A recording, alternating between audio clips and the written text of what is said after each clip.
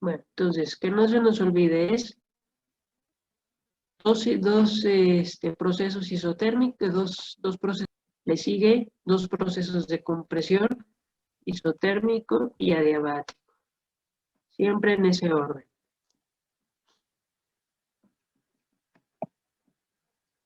En resumen de todo lo anterior, ahí tenemos otra vez el dibujito. El delta U vale 0. Si nos acordamos, en el isotérmico, delta U es igual a 0, y acá abajo también delta U es igual a 0. Y acá arriba en el adiabático teníamos delta U igual a NCB T2 menos T1. Y del otro lado, si le sumamos también el delta U, NCB T1 menos T2.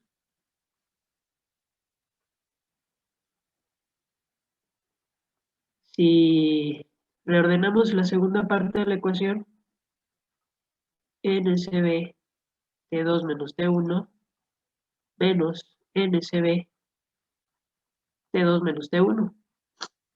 Sacamos este signo. Y aquí obtenemos que para la parte adiabática también delta U vale 0.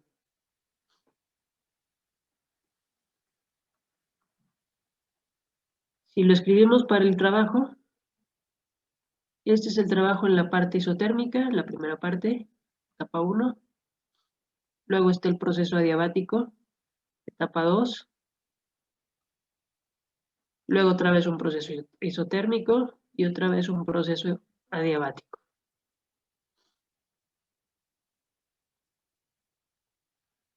Aquí en la parte adiabática, pues pasa lo que acabo de hacer acá arriba. Entonces estos términos se van. Y el trabajo del ciclo entonces será lo que me quede de las partes solamente isotérmicas. Este y este. ¿Qué pasa con el calor?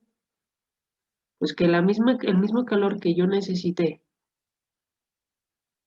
tomar para la primera parte, para la expansión, es el calor que necesité desechar para la compresión. El calor que entró fue también el calor que salió. Tienen diferente dirección, diferente signo, por tanto, este va a ser igual a 0. Bueno, están aquí abajo. Ahora, ¿qué puedo hacer con mi ecuación de trabajo? Pues para hacerla más simple, voy a aprovechar las relaciones que ya conocemos para las secciones adiabáticas y las secciones isotérmicas. P1, B1 igual a presión 2, B2. Eso es esta sección. Presión 3, volumen 3 igual a presión 4, volumen 4. Es esta sección. Para la parte adiabática, obviamente ya tengo que tomar en cuenta gamma, estas de acá. Entonces el resto no es más que hacer ahí algunos manipulación algebraica para tratar de encontrar una relación para B3 y B4. Entonces aplicando estas ecuaciones, yo puedo llegar a que B3 sobre B4 es igual a B2 sobre B1. Así.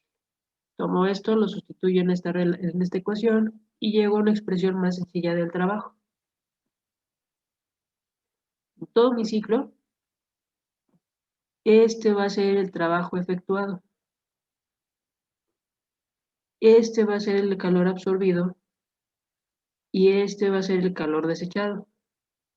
Entonces, si veo estos dos son iguales y de sentido contrario. La suma de Q1 más Q2 me da 0.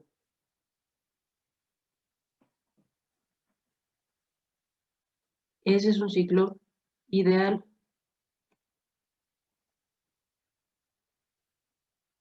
Y a partir de este ciclo es que se Ese es el que normalmente se estudia.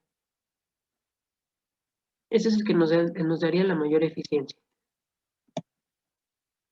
Ahora, ¿sí se entendió toda esta parte?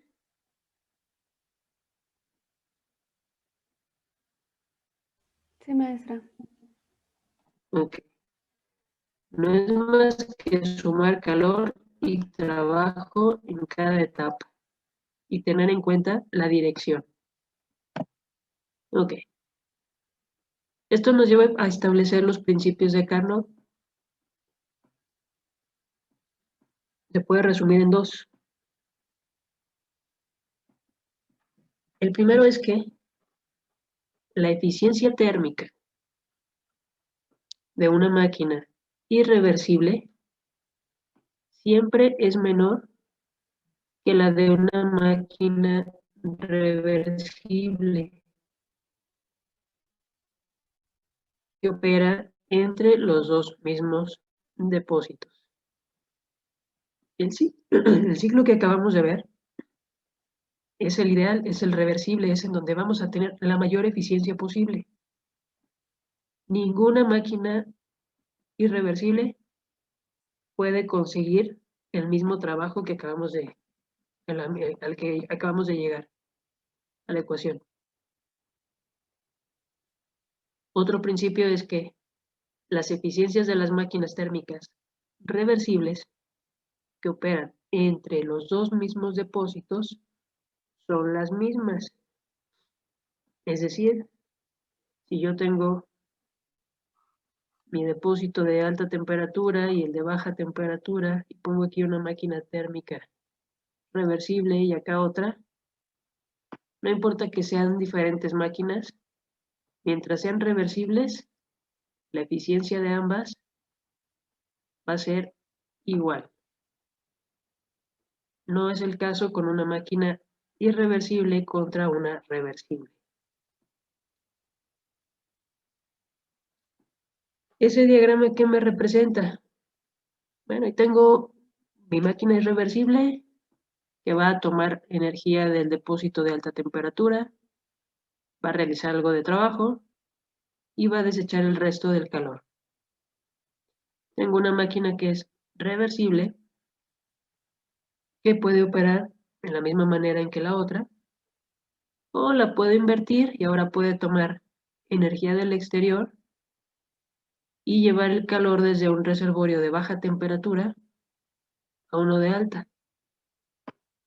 Entonces vamos a verla nada más como reversible y vamos a observar el ciclo de la energía. Como máquina reversible, toma el calor hacia acá, lo desecha para acá y entonces esta toma calor de acá y lo desecha para acá. Y otra vez, hacia acá y hacia acá. Si observamos, todo el tiempo está en un ciclo. Podríamos pensar que si esta máquina desecha el calor hacia acá y luego esta lo va a tomar para mandarlo para acá, pues ¿por qué no quitamos esta? ¿Por qué no esta máquina la conectamos para acá? Y que el calor, la energía que tome de aquí, se la pase directamente a esta máquina y esté haciendo todo el tiempo esto. Si hacemos eso, estas dos máquinas estarían tomando energía o transfiriendo energía desde y hacia un solo reservorio, un solo depósito. Esto viola el enunciado de Kelvin Planck. No es posible que esa transferencia de energía sea solo respecto a un solo depósito. Entonces, por esa razón, la máquina térmica irreversible tiene que ser de menor eficiencia y no podemos intercambiar energía solamente con un depósito.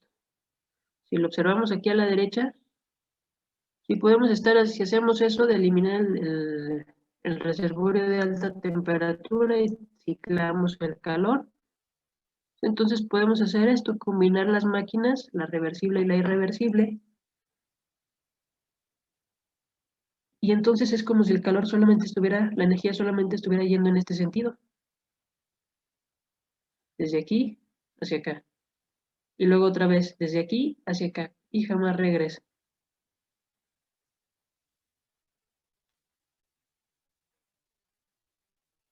Esa es una violación a los principios de Carnot, al enunciado de Kelvin-Planck, a la termodinámica. Es otra forma de ver el por qué no es posible tener una máquina que solamente produzca energía y no un sistema de energía gratuita. Ok.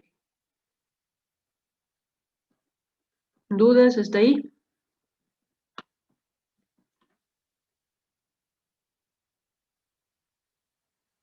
No. No, maestra. Bueno. Esta explicación es importante, pero no es mi favorita. Yo prefiero la siguiente. El por qué no podemos hacer todo eso.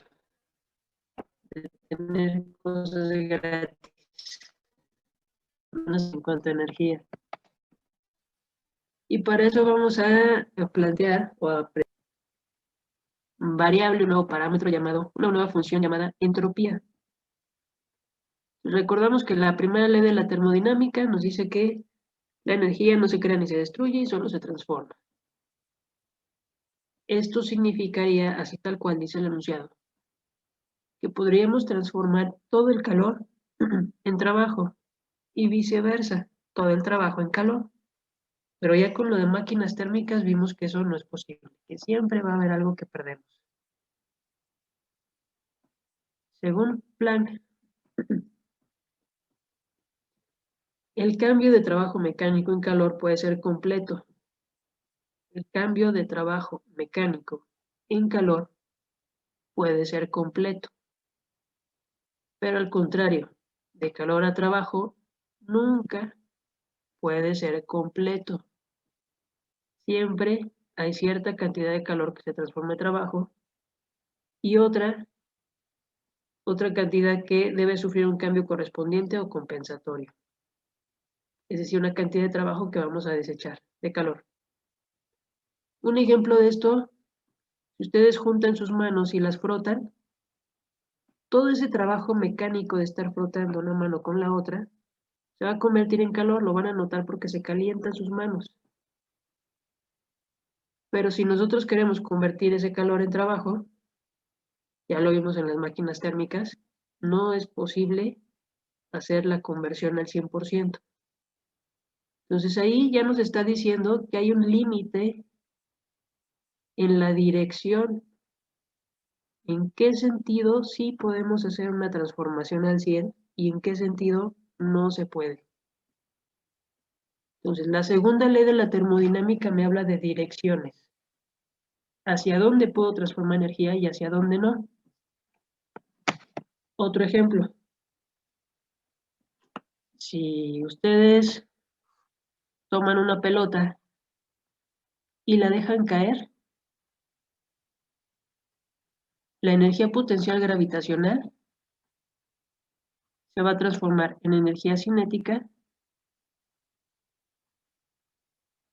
es decir, la pelota va a adquirir cierta velocidad y con esa velocidad va a pegar en el piso. Y aquí, pues si ustedes tuvieran una cámara térmica, observarían que se va a generar calor. Y además van a escuchar un ruido, van a escuchar el golpe de la pelota en el piso. Entonces generan también ondas sonoras. Y si sumamos todas esas contribuciones, esta y esta, vamos a llegar a la conclusión de que es igual a esta. Toda la energía se conservó. Pero si ahora yo pongo la pelota en el piso y quiero que llegue hasta mi mano, pues ahí me voy a quedar esperando porque no va a pasar. La única manera en que eso suceda es que algo desde acá, desde el fondo del piso, empuje a la pelota. Pero de manera espontánea no sucede. Mientras que si yo hago esto, suelto la pelota, la gravedad va a jalar la pelota hacia el piso. Yo no tengo que hacer ningún trabajo más que soltarla.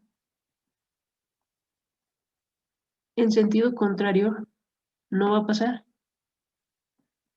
Entonces, Planck, o mejor dicho, la entropía, la segunda ley de la termodinámica, me habla de la dirección en la que los procesos ocurren de forma espontánea. Es justo lo que dice acá. La entropía es una función termodinámica cuyo cambio nos indica la dirección en la que ocurren los procesos. Entonces, nos indica en qué dirección los procesos ocurren de forma espontánea. Y siempre será en sentido en que la entropía aumente. En un proceso espontáneo, la entropía siempre aumenta.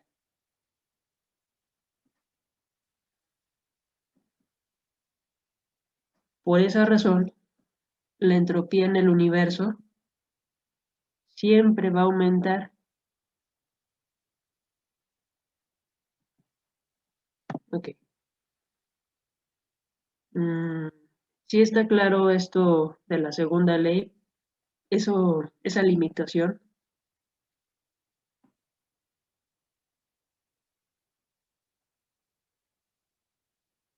Acuérdense, la primera me dice que puedo convertir energía, calor en trabajo y trabajo en calor. Que la energía se puede transformar en un sentido de manera espontánea y que en el sentido inverso necesito energía.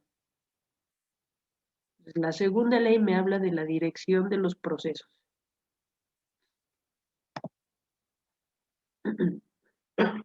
Vamos a explicarlo como una definición estadística. No se espanten, eso parece más feo de lo que es. Vamos a suponer que tenemos un espacio, un volumen, un cilindro con un volumen B1, vamos a llamar así, y ahí colocamos 5 moléculas de un gas. Si yo les pregunto, ¿cuál es la probabilidad de encontrar a las 5 moléculas en ese espacio B1? Es el 100%, ¿no? Es como si yo les preguntara, ¿cuál es la probabilidad de que ustedes estén en su casa?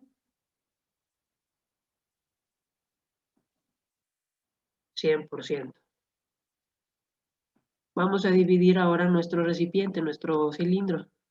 Lo dividimos en 2. Y ahora yo les pregunto, ¿cuál es la probabilidad? Es una división imaginaria. No es una barrera física realmente. La única barrera física está alrededor.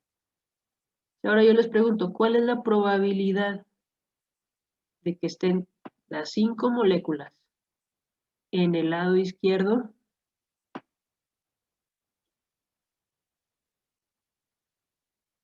Pensemos nada más en una para que se nos haga más fácil. Imagínense que nada más tengamos una sola. Vamos a poner acá el volumen completo y tenemos una sola molécula. Si yo les pregunto por la probabilidad de que la molécula esté en ese volumen, pues ya dijimos que es del 100%. Si les pregunto cuál es la probabilidad de que esté en la mitad izquierda, ¿qué me dirían? 50%. 50%. Entonces, 50% de que esté acá y 50% de que esté acá. Si pongo una más, entonces esta también tiene el 50% de estar en la izquierda y 50% de estar en la derecha. Cada una de estas moléculas tiene el 50% de probabilidad de estar en la izquierda o de estar en la derecha. Para evaluar la probabilidad de todas ellas, lo que haría es, ya que son 5 moléculas, es 50% de una, 50% de otra, 50 de la otra, y así. Y eso me lleva a el 50% multiplicado por, elevado a la n, donde n es el número de moléculas. Vamos a ponerlo con 2. Si la molécula 1 tiene el 50% de estar a la izquierda y el 50% de estar a la derecha, y la molécula 2 también, la probabilidad de que ambas estén a la izquierda o ambas estén a la derecha será de 1 entre 2 por 2, por 1 entre 2, punto 25, un cuarto punto 25. Es decir, tiene el 25% de probabilidad de que las dos estén a la izquierda o las dos estén a la derecha. O sea, en este caso en que tenemos 5 moléculas, hacemos lo mismo. Esto que está aquí abajo. O 1 entre 2 elevado a la 5.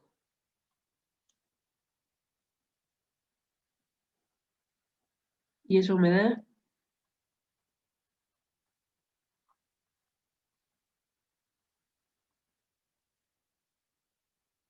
número bien chiquito. 0.0 325 300 no es cierto, 3125. Es decir, 3.125%. Vean, cuando tenía una molécula, la probabilidad de que estuviera en la mitad izquierda, era del 50%. Cuando yo pongo 2, se reduce al 25%. Cuando pongo 5, se reduce hasta el 3%. ¿Qué significa eso? Que la probabilidad de que todas mis moléculas estén acomodadas en una sección de ese volumen es muy baja. No va a pasar.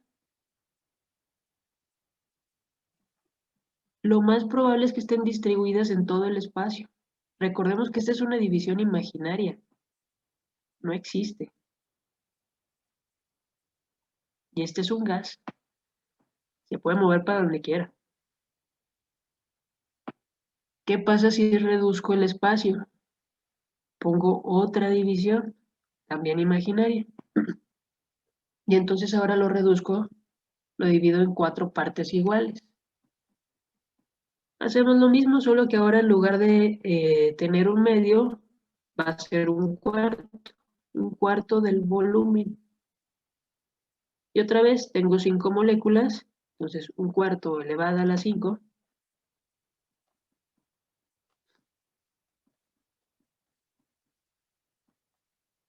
Y eso lo multiplicamos por 100.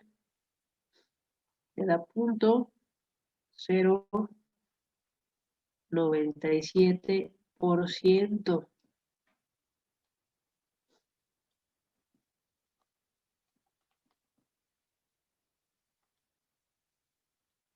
Si fuera una sola molécula, si n es igual a 1, la probabilidad sería del punto 25, no es cierto, del 25%.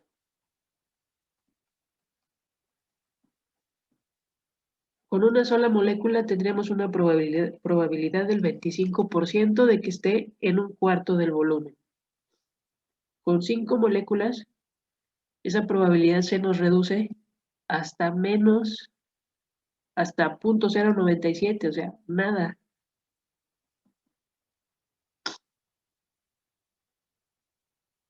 ¿Qué relación tiene esto con la entropía?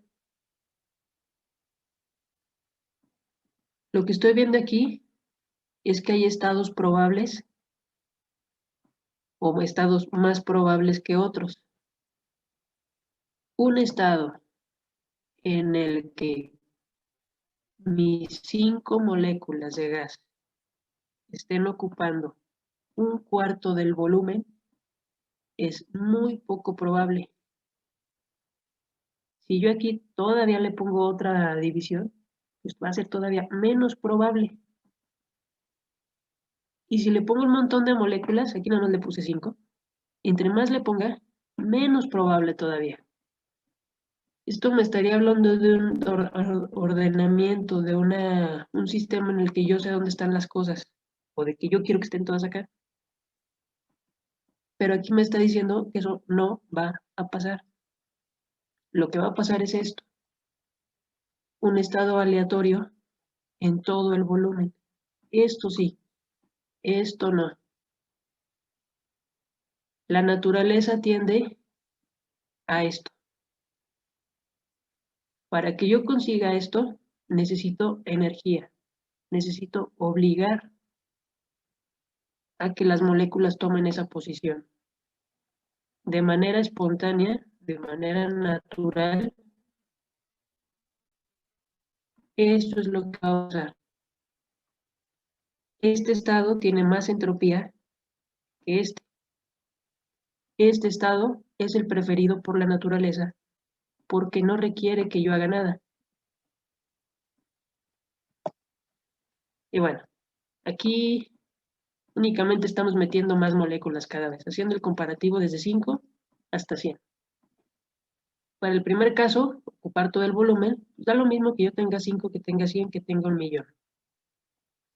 Para el segundo caso, restringirlo a la mitad del volumen, hay gran diferencia. De 0.03 hasta 8 a la menos 31, o sea, no va a pasar. Si lo divido en cuatro partes, pues menos todavía.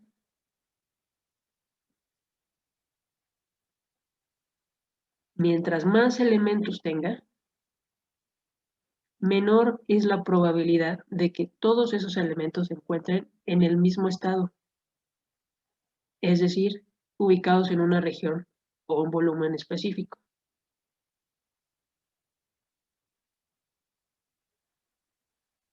Si entendemos esa definición, pues esta es otra definición de la entropía.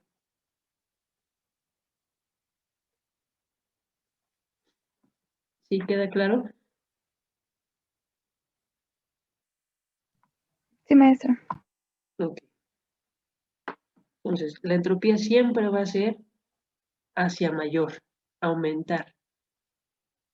Por eso luego la gente usa como definición coloquial que la entropía es el grado de desorden. Es una forma sencilla de explicarlo, pero realmente se refiere a esto, a que esta condición es muchísimo más probable que esta. Y podemos entender que esto es más desordenado que esto. Pero bueno, esto es más, es una explicación más formal. Y bueno, aquí nos va a llevar a una relación de la entropía en función de las probabilidades. Y por ahí nos va a aparecer, no me voy a entretener mucho esto, nos va a aparecer una constante de proporcionalidad que es la constante de Boltzmann. Esta ecuación, así como está escrita, es igual a la constante de Boltzmann por la probabilidad, no es correcta. No es correcta porque aquí estoy viendo que no hay un cambio proporcional. Entonces, si duplicamos la cantidad de moléculas, la entropía aumenta 2 veces.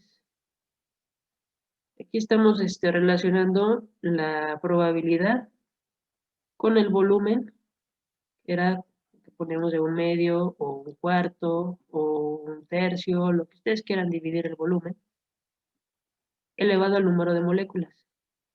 Es esto que tenemos acá.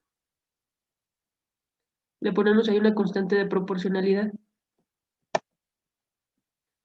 ¿Por qué no es una relación directa? ¿Por qué no puedo decir que S es igual a KB por W?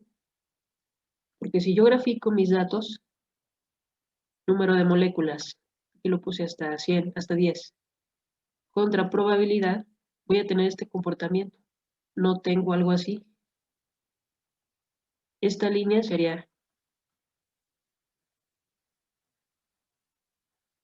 pero no está pasando esto. Lo que está pasando es esta relación.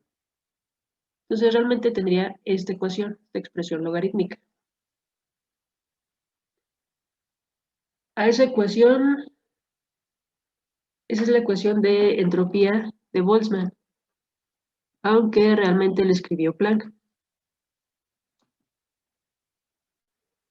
Y bueno, a partir de la relación que teníamos anteriormente, tenemos W proporcional al volumen elevado a la N.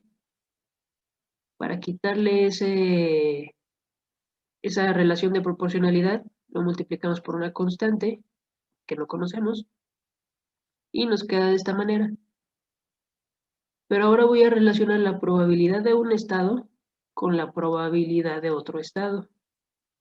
Lo que me interesa es el cambio. Tomo mi ecuación acá arriba, yo quiero un delta S, entonces me va a quedar así como W2 entre W1, pero tengo esta relación, no hago más que sustituir la misma constante, se desaparece, entonces me queda solamente B2 sobre B1.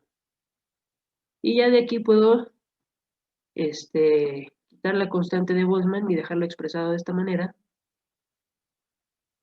y reducir a una ecuación como esta. Este de aquí es el cambio de entropía. Conozco el volumen final del gas, conozco el volumen inicial del gas, puedo calcular su cambio de entropía. Un proceso espontáneo me daría un cambio de entropía positivo. Uno no espontáneo me daría un cambio de entropía negativo.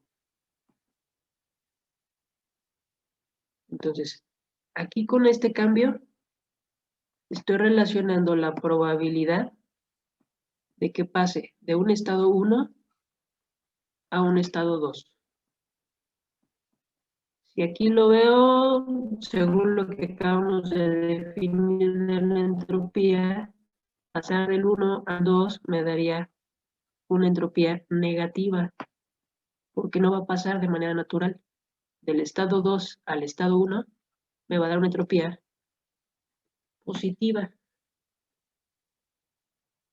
Entonces ya no estoy evaluando la probabilidad de que un estado se dé, sino de que haya un cambio de un estado hacia el otro.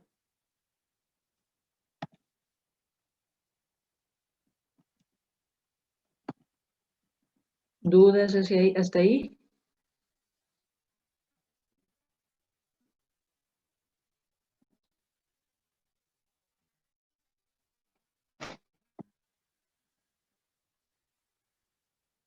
Esta es la definición más formal de Stefan Boltzmann. Este señor, cuando planteó su definición, cuando planteó sus ecuaciones, su análisis, nadie le creyó. No se pensaba que existían las moléculas. No se entendía, pues. Estaba demasiado raro para los demás. Entonces nadie le creyó, nadie estaba de acuerdo con su teoría.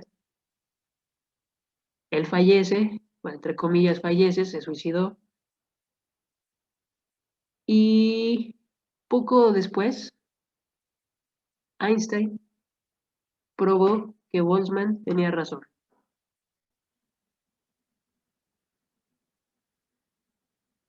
Entonces vean qué historia tan interesante.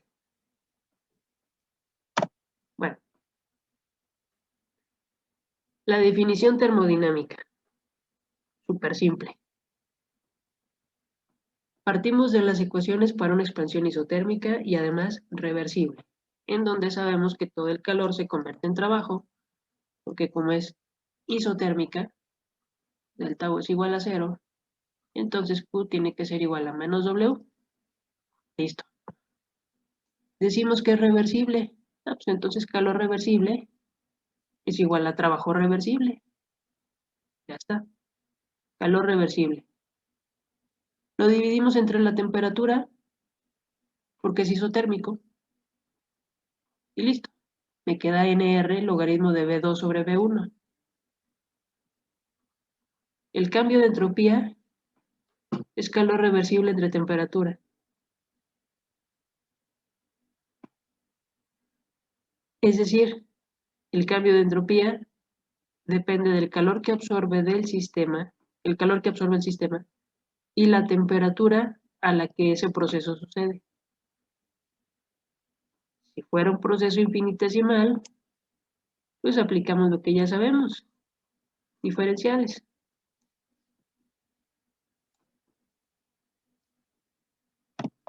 Vean, esta definición está súper sencilla,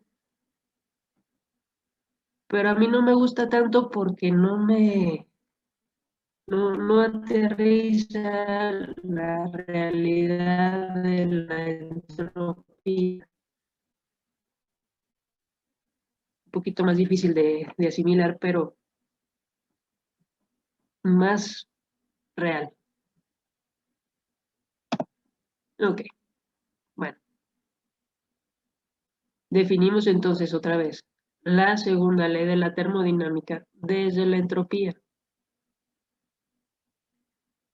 La entropía de un sistema aislado aumenta en un proceso irreversible.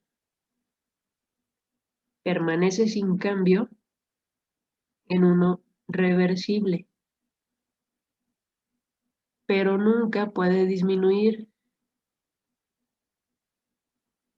Y nosotros tenemos una ecuación, podemos hacer el análisis completo para el universo. La entropía del universo es igual a la del sistema más la de los alrededores.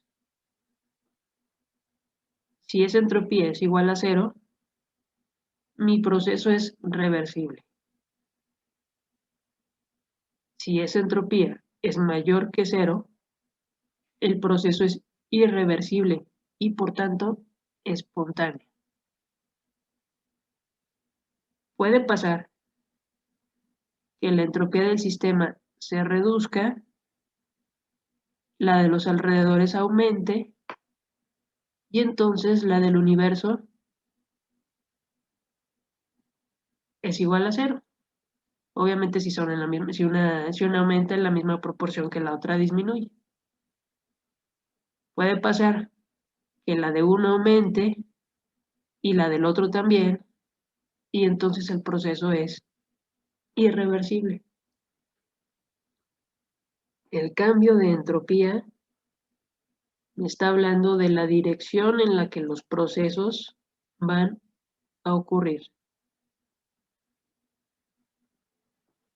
Nunca va a pasar que delta S del universo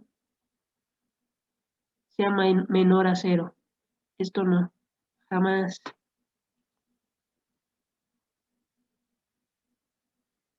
Esto nos hablaría de un sistema ordenado. Y no puede pasar. Ok, nos queda menos de un minuto.